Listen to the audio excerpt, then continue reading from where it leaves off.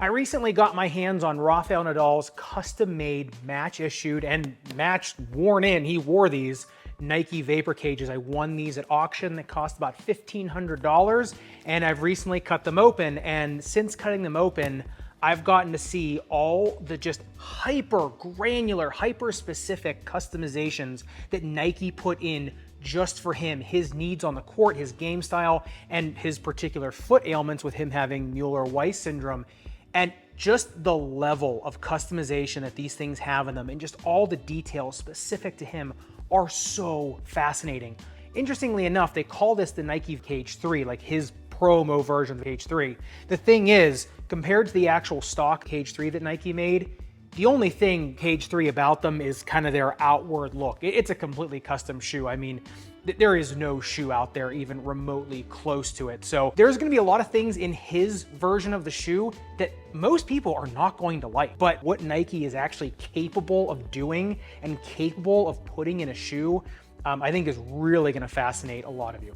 Let's get into it. So like I said, it was the worst kept secret in the world that Rafa Nadal was not playing in the Vapor Cage 3, but the thing that made it look the most like the Vapor Cage 3 was the uppers. Now, yeah, from a distance, they do look like the stock Cage 3. However, getting up close to them, his has not nearly as much TPU in the uppers. The stock Vapor Cage 3 has some pretty thick TPU going all the way into the toe box, whereas his, it's actually really thin in the toe box, and then it gets beefier as you get to the medial and lateral sides, just like the stock Vapor Cage 3. His do not have any exposed midsole foam. He's got outsole rubber that meets right up with the upper TPU, but the most interesting customization in the uppers comes in the lace line. Now, yeah, the Cage 3 does have a slipper tongue or booty liner. It's a one-piece. His is a three-piece, and his doesn't even have a gusset on it, which I thought was pretty interesting. You would think he would want a little bit more lockdown, and doesn't, just has it go all the way down. Just showing you, I mean, I always get really critical of shoes that do not have a gusset or something that's locking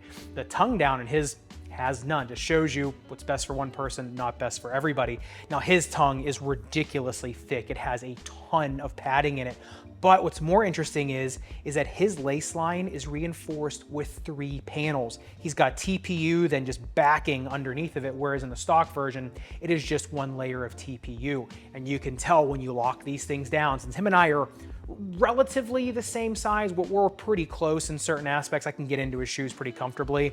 When you lock these down, they feel secure around your foot. And then going into the heel counter and ankle collar, he does have some pretty significant padding back there, more than in the stock version. So you look at these things, interestingly enough, on the breathability test, the Rafa Nadal Customs only heat up 107.2 degrees versus the stock cages, which heat up 114.6 degrees. Now, the interesting thing about that is if you look at the actual material underneath of the hood, his is actually a little bit more substantial. He does have some, more dense padding there in the forefoot, whereas in the stock cages, it's very, very light padding. And then you look at these things on the breathability mapping, and the stock Cage 3, fog is just blowing out of these things everywhere, whereas on his, it is only getting out around the tongue. The thing about his is there's just less TPU to hold on to heat, and there's no gusset in the tongue. So air and hot air is just blowing out of both sides of those tongue, versus in the Cage 3s, where it's a slipper tongue, there's just nowhere for that hot air to go. All right, but getting into the insanity, which is the midsole of Rafa's custom cages. Now, number one, these things have an Air Max unit in the rear foot versus an Air Zoom unit in the stock Cage 3. It also has a molded shank. Now, what I noticed about this is it's the same shank as on the Cage 3, that bottom-loaded X plate, which it's fantastic. Don't get me wrong. His is actually molded to his arch, which I noticed when I had these on.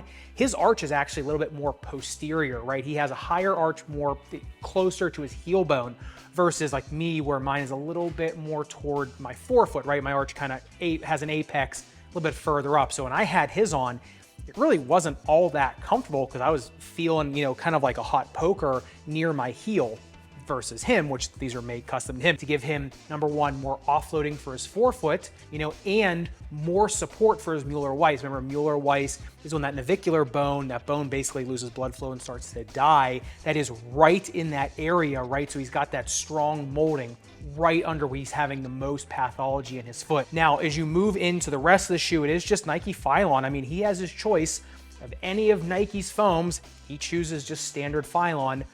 That should tell you something, that just because something is some new fancy foam. And yeah, a lot of the new thermoplastics are amazing. But someone like him doing just fine with Phylon. But as you go into the forefoot, that's where I think the coolest part of his shoe is. And that's that he has an additional shank in the forefoot. He basically has a plastic leaflet. It is not carbon fiber. It is just thin plastic. It's the same material as the shank. But these things do not bend. They only bend at the very distal tip of the shoe where your toes bend. They do not want to bend anywhere else. And that makes a lot of sense because he wants his shoes to be as stiff as possible because he doesn't want any bending in the midfoot so that all those bending forces bypass the middle of his foot, right? He wants more of just a pogo stick, and that's what these feel like on foot. They feel like they've got a springboard in the forefoot. It is absolutely crazy. It is by no means comfortable. It is not comfortable at all, but it does work, and it does give, especially from a really low position, these things spring back like crazy. Now, if you look at these things on the bounce height test, once again, I just think the differences between his model and the stock might surprise you. Only got 30 centimeters of bounce height in the rear foot, 24 in the forefoot, versus the stock Vapor Cage 3, which got 38 centimeters in the rear foot, 31 in the forefoot. Now, of course, the forefoot's gonna get deadened because it's got that plastic plate under there, and Air Max is not gonna bounce as high as Zoom Air. And a lot of people would say, why would he not want Zoom Air in the shoe? It makes it more, quote unquote, bouncy. Well, it's in the rear foot. What's that gonna do for bounce? Unless you're, playing on the heels, right? Unless you're playing, flat-footed, you're not really gonna notice that. For him, I think he wants more of the structure of the Air Max unit. Yeah, Air Max, a little more forgiving though too, right? Versus just standard Nike Phylon. It is comfortable. So even though Zoom Air is, what we talk about more and what people more want in their shoes, one of the greatest players of all time using a, Air Max and just standard Phylon setup. And while we're talking about all this fascinating customization here, if you are enjoying this, if you do like these types of videos with these like more one-of-one shoes, please leave me a comment down below. You can just hit the like button, whatever, either or. Just let me know, because if you do, I will go after more of these. It is very difficult to get your hands on these types of shoes. So I want to know in the community what you think, and if you do like this type of content, and whose shoe you would actually like to see me try and go get in the basketball, tennis space, whoever. So let me know in the comments down below. Now, getting into the outsole tread, Rafa has been using the Court Ballistic 2.3 outsole tread for quite a long time. It's basically checker pattern on the medial side, and you got some geometric shapes laterally, and then that's kind of flipped, in the rear foot, versus stock Zoom Cage 3, which is just flat herringbone or a flat razor. But like I said, this is almost identical to the Court Ballistic 2.3, except for the fact that it is not a full-length tread pattern versus that shoe. Now, what I thought was interesting about this is, on the grip test ramp, this does not slip till 39 degrees versus 36 in these, which is pretty similar to most other tennis shoes out there that slip between 34 and 36. These just grab a lot harder. And when I was playing in these on really slick outdoor courts and it was pretty cold outside, these were not giving. I mean, they were just sticking to the ground like crazy. So even though Nadal can slide, right, these are definitely a little bit more, this is just more sure-footed rubber. But I think the biggest difference, in his shoe versus, I'd say, the silhouette of the Vapor Cage 3 is the fact that he has this ridiculously big bulbous lateral flange on his. The rubber is really thick that makes this clip flange, but also it is just a bulky outcropping of the midsole. So in his, I mean, honestly, it's hard to roll these. It is ridiculously hard to roll these shoes. They have so much side-to-side stability. Number one, there's a plate underneath of them too, right? So the shoe does not want to toggle back and forth, plus the external heel counter. And just for fun, I decided to compare the speed ratios of Rafa's customs versus the stock Zoom Cage 3, just to show you that sometimes the numbers can lie. In his, the speed ratio on Rafa's comes in at a 1.63, shank score of 0.2, brings that up to a 1.83. The stock Zoom Cage 3, and these are actually, this one here actually is an 11.5. So it's actually a little even heavier than my men's size 11, and these are a little bit smaller because this runs around, it's a custom 10.5 basically, this shoe. These come in at a 2.65, shank score of 0.1, brings them up to a 2.75. And so it just shows you, on paper, the Zoom Cage 3s are a much faster shoe than Rafa's Customs, but Rafa's Customs feel like gazelles, even though they're so much heavier than the stock shoe.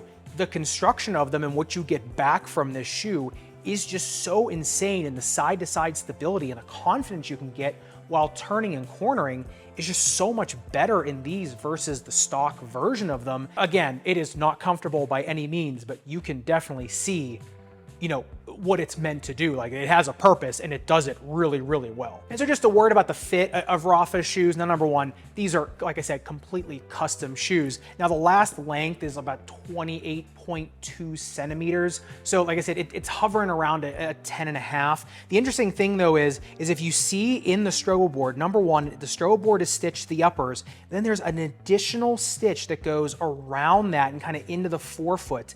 Now, I'm guessing that is a little bit of a reinforcement to allow a bigger orthotic in these, or just maybe some reinforcement for how aggressive he plays. I know we looked at Serena Williams, custom, match issued shoes as well. Kind of saw a little bit of the customization for her because of just how violent her footwork is as well. And so I think number one, it is a little bit more reinforcement, but number two, I think it's so that you can flatten the shoe a little bit so you can fit a bulkier orthotic.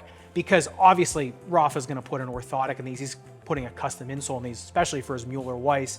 And also not just the Mueller-Weiss, but to make these comfortable enough to play in a best of 5 set match, you better have a pretty substantial orthotic underfoot so that what you're feeling directly underfoot is not just this stiff Phylon, plastic plate underneath of your foot. All right, but let's talk performance of these. Like I said, these were relatively a similar size to me, so I was able to play in them. Getting down for low balls in these, this has been the best shoe I've played in.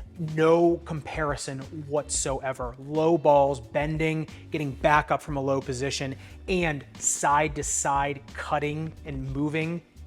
It's insane how quickly you can get from moving side to side, pivoting, and then going the other direction on these things. It is just nuts.